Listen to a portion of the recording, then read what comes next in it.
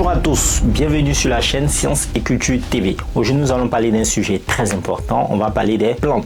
Oui, ça sera maintenant une série sur les plantes. Alors, comment est-ce qu'on commence? Savez-vous que les plantes communiquent entre elles? Savez-vous que les plantes ont la capacité de s'envoyer des odeurs? Savez-vous que les plantes se mettent en mouvement? Ça, vous ne savez pas. Bon, pas tout le monde. Mais en tout cas, une très bonne nouvelle, c'est qu'on va tout expliquer ici. Donc, restez scotchés. Aujourd'hui, nous allons voir quelque chose de très important. On va voir le mouvement des plantes. Comment est-ce que cela se fait? Comment est-ce que cela se passe? Bienvenue sur la chaîne Science et Culture TV. Le mouvement des plantes s'appelle la tropisme. Les tropismes sont des réponses de croissance des plantes à des stimuli extrêmes spécifiques. Alors, comment est-ce que cela se passe? Les tropismes peuvent être de différents types. Il y a le phototropisme, le géotropisme, le stigmotropisme, l'hydrotropisme. Bon, ça fait des mots assez complexes. On va détailler tout ça. Qu'est-ce que tous ces mots-là veulent dire? On commence déjà par le premier thème, le phototropisme. Eh bien, il s'agit de la réponse de la plante à la lumière. Ça veut dire quoi? Ça veut dire que les cellules situées à la pointe de la tige de la plante, appelées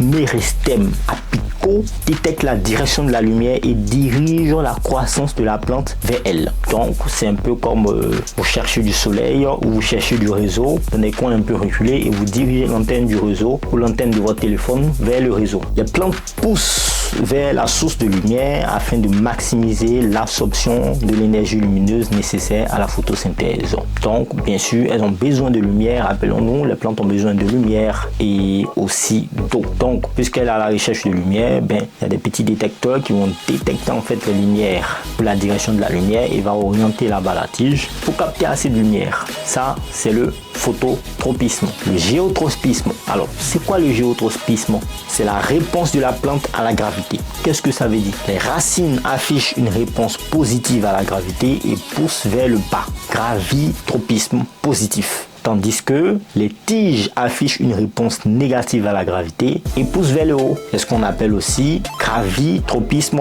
négatif. Cela permet aux racines de s'enfoncer dans le sol et la tige de pousser vers la lumière. Voici une explication qui nous montre maintenant pourquoi est-ce que les racines sont tout en bas et les tiges tout en haut. Il y a aussi le stigmotropisme. De quoi s'agit-il encore? Eh bien, il s'agit du mouvement des plantes en réponse à un contact physique. Par exemple, lorsqu'une vigne enroule ses tiges autour d'un support pour grimper, et ça se voit pour plusieurs plantes. Quand vous mettez un morceau de bois là, il s'enroule autour. C'est mon mouvement. Il y a aussi l'hydrotropisme. C'est la réponse des racines à l'humidité. Ça veut dire quoi? Les racines poussent vers les zones les plus humides du sol afin d'absorber l'eau et les nutriments dont les plantes ou dont la plante a besoin. Ces mouvements sont rendus possibles grâce à des processus cellulaires complexes. Les cellules répondent aux stimuli environnementaux en modifiant la distribution des hormones de croissance, en modifiant la turgescence cellulaire, ça veut dire la pression exercée par l'eau à l'intérieur des cellules, et en ajustant le taux de croissance des différentes plantes ou parties de la plante. En résumé, les tropismes sont des réponses de croissance des plantes à des stimuli tels que la lumière, la gravité, le contact physique ou l'humidité. Ces réponses sont rendues possibles par des modifications au niveau cellulaire, permettent à la plante de s'adapter à son environnement et d'optimiser sa croissance et son développement. Merci de nous avoir suivis. Vous savez maintenant que les plantes se mettent en mouvement